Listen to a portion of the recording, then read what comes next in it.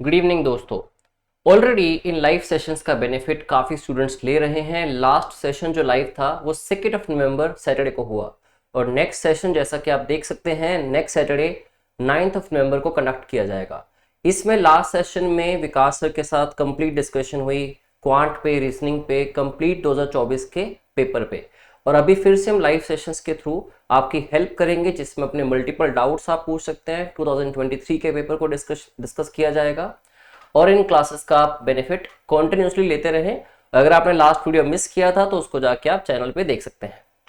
Well इसी के साथ हम कंटिन्यू करते हैं अपनी सीसेट की इस वीडियो सीरीज को जिसमें आज का कॉम्प्रिहेंशन बेस्ड है हमारी फूड चॉइसेस के ऊपर। नाउ दोस्तों, it has been seen like several times almost daily we tend to eat something that gives us pleasure rather than making us feel healthy, right? कुछ फूड हम ऐसा consume करने के लिए ज़्यादा इंक्लाइंड हैं जो टेस्ट अच्छा दे, डिलीशियस ज़्यादा हो, न्यूट्रिएंट्स की चाहे कमी हो, क्योंकि एक टेंडेंसी बन चुकी है डेली बेसिस पे शायद मोनोटोनस डाइट खा के जिसमें हम बोर भी फील करते हैं और साथ ही साथ हमें लगता है कि टेस्ट में उतना अच्छा नहीं है, तो we sometimes shift to these food habits. तो क्या है इस पैसेज का मेन मुद्दा, क्या क्रक्स इसमें पूछा गया आपसे? सबसे पहले तो पैसेज को डिटेल में डिस्कस कर लेते हैं एक बार। तो चलिए स्टार्ट करें। Many people are not eating the right food. जैसे हम बात कर रहे थे, इवन आप भी अपने डेली लाइफ को देखो, मैं अपनी भी देखूं, तो बहुत सारी ऐसी चीजें हैं जो हम खाते हैं सिर्फ टेस्ट के लिए, क्योंकि वो खाने में स्क्रम्शियस फील होती है हमें, बट एक्चुअली वो कितना बेनिफिट देती है हमारी बॉडी को एक हेल्दी पॉइंट ऑफ व्यू से, that we don't consider sometimes. For some, it is simply a decision to stick with food they enjoy. कुछ लोगों के लिए तो ये रीजन है, लेकिन which is not too healthy. This is leading to an increase in non-communicable disease, जिससे कि काफ़ी सारी नॉन कम्युनिकेबल डिसीजेस होती हैं। इवन हमारी बॉडी के अंदर लेथार्जी फील करना, या हमारे माइंड का प्रॉपरली एफिशिएंटली काम ना करना, यादाश्त कम हो जाना, या फिर कहीं ना कहीं हमारे जॉइंट्स में पेन का फील होना। This in turn leads to major burden on our health care systems. Obviously, लोगों को मेडिसिन बहुत लेनी पड़ेंगी, डिसीजेस ज़्यादा बढ़ेंगी, तो हेल्थ केयर पे सिस्टम पे बर्डन इसका आएगा। और ये रिस्पॉन्सिबिलिटी भी बनती है हेल्थ केयर सिस्टम की कि लोगों को प्रॉपरली गाइड किया जाए, उनको मोटिवेट किया जाए हेल्दी खाना खाने और हेल्दी लाइफस्टाइल को लीड करने के लिए। That have the potential to derail the economic progress, जिसके अंदर पोटेंशियल है डीरेल कर देगा पूरी इकोनॉमिक प्रोग्रेस को, which is essential for the poor to improve their lifes. लोगों के लिए अपनी लाइफ को इंप्रूव करना काफी इंपॉर्टेंट हो गया है, जो ऑलवेज था अब भी हो गया। और गरीब लोगों की अगर हम बात करें, गरीब इन द सेंस जो कि बहुत हाईली जो प्रोटीन बेस्ड डाइट है वो नहीं ले पाते, उसमें चाहे आप एग्स की बात करें, चाहे आप नॉन वेजिटेरियन जितना भी फूड है, चाहे मिल्क मेड प्रोडक्ट्स हैं, तो they can not do it right, they can not consume as much food as they are required to have. आगे पढ़े अगर इसको हम, फॉर अदर्स, कुछ लोगों के लिए तो रीजन क्या था कि वो इसमें एंजॉय करते हैं खाना, लेकिन बाकियों के लिए बताया गया it is about limited access to nutritious food. उनके पास एक्सेस बहुत कम है, चाहे उसको आप पैसे के हिसाब से बात कर लें कि उनकी इनकम बहुत कम है, चाहे वहां पे न्यूट्रिशियस फूड इतना पहुंच नहीं पाता, और चाहे ये करें कि बहुत ज्यादा मिक्सिंग होने की वजह से एक्चुअल जो डाइट थी वो कंज्यूम भी करना चाह रहे थे। ठीक है, फॉर एग्जाम्पल एक पर्सन 1 लीटर दूध जो है, मिल्क है, वो कंज्यूम करता है पर डे, अज्यूमिंग कि उसको सारे न्यूट्रिशंस मिलेंगे, बट आधा उसमें अगर मिक्सिंग होगी तो डेफिनेटली उसको न्यूट्रिशंस 50% डेप्रीवेशन देखने को मिलेगी। एक्सेस टू न्यूट्रिशियस फूड और lack of affordability leading to monotonous diets that do not provide the daily nutrients for them to develop fully. तो उनको नहीं मिलती, वो सारे के सारे न्यूट्रिएंट्स नहीं मिलते उनको जो डेवलप करने में हेल्प करते हैं completely. Part of the region, अब रीजन के कुछ पार्ट को डिस्कस किया गया। Nutrition is under threat world wide is that our food systems are not properly responding. तो कुछ रीजन बताया गया कि हमारे जो फूड सिस्टम्स हैं वो प्रॉपरली रिस्पोंड ही नहीं कर रहे टू न्यूट्रिशनल नीड्स। तो एक रीजन तो ये बताया गया सबसे बड़ा। Somewhere along that long road from farm to fork, अगर हम बात करें कि फार्म से जो खाना हमारी प्लेट तक पहुंचता है, कुछ ना कुछ वहां पे भी प्रॉब्लम्स आ रही हैं। They are serious, they are taking serious detours, there are serious detours taking place। तो कुछ ऐसे हैं सीरियस डिटोर्स हैं, बीच में मिक्सिंग अप होके आ रही है, चाहे पैकेजिंग में इशू है, चाहे उसके अंदर काफी सारे ऐसी चीजें एलिमेंट्स यूज की गई जो उसकी लॉन्ग लाइफ के लिए तो इंपॉर्टेंट है, but it eventually affects the food quality that we were assuming that we would have, right. दोस्तों इतना समझने के बाद इसमें मेजरली तो इंट्रोड्यूस किया गया कि कुछ लोगों की हैबिट अगर ये है तो क्यों है, कुछ की है तो क्यों है, बट उसका रीजन भी साथ में बताया गया, राइट।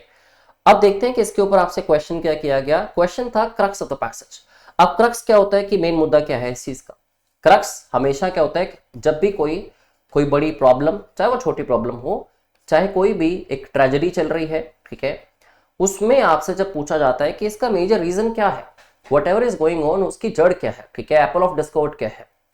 तो सबसे पहला ऑप्शन अगर आप देखें, the scheme of universal basic income should be implemented world wide as a way of poverty alleviation. इसमें तो वैसे भी एक सजेशन दे रहा हूं, और सजेशन किस चीज पे बेस्ड है कि इनकम, यूनिवर्सल बेसिक इनकम जो है वो इंप्लीमेंट की जाए, लेकिन उसका क्या जो सीरियस डिटूर्स हो रहे हैं, जो हमारे हेल्थ केयर सेक्टर्स जो हैं, जो फूड की प्रॉपरली उसको ध्यान नहीं दे रहे, जो पीछे रीजन बताया गया, जैसे कि लिखा था part of the region nutrition is under threat world wide, that our food systems are not properly responding to nutritional needs. तो पैसे की बात यहाँ नहीं है, उनका क्या करें जो दिन की हैबिट बन चुकी है, ठीक है, और उनका क्या करें जिनके लिए अफोर्डेबल होने के अलावा जो कहा गया कि उन तक पहुंचता ही नहीं, ठीक है। तो कुछ और भी रीजंस हैं, तो हम सोलली डिपेंड नहीं कर सकते इस ऑप्शन पे, बिल्कुल भी नहीं। स्टिल सेकंड ऑप्शन पढ़िए, we must place food based nutrition at the centre of our policy debate. अब इसमें क्योंकि डिपार्टमेंट में बात आई थी तो कह रहे हैं कि हमें ये करना चाहिए कि फूड बेस्ड न्यूट्रिशन जो है उस पर बात करनी चाहिए, क्योंकि वो लोग सीरियस नहीं ले रहे इस चीज को। अगर बात होगी सीरियस लेंगे, और जहां बात ज्यादा चीज पे होगी तो डेफिनेटली सॉल्यूशंस तो निकल के आएंगे। ये अपनी लाइफ में भी आप इंप्लीमेंट कर सकते हैं इस चीज को। The thing you ponder over again and again, definitely if there is any sort of problem, solutions will come over, है ना, सॉल्यूशंस बाहर निकल के आएंगे। You will come up with something that should lead you to a better life. तो B option should be considerable, क्योंकि reason बताया ये गया था।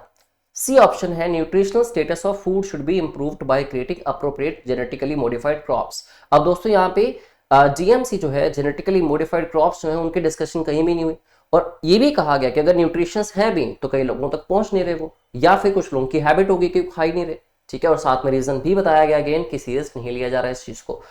तो न्यूट्रिशनल स्टेटस फूड का इंप्रूव करने की बात नहीं है, जो न्यूट्रिशनल स्टेटस फूड का ऑलरेडी है भी इंप्रूव, वो फूड आप प्रोवाइड तो करवाओ, या उसके लिए अफोर्डेबिलिटी तो जनरेट करो, ठीक है। तो this option can also be eliminated just like option A.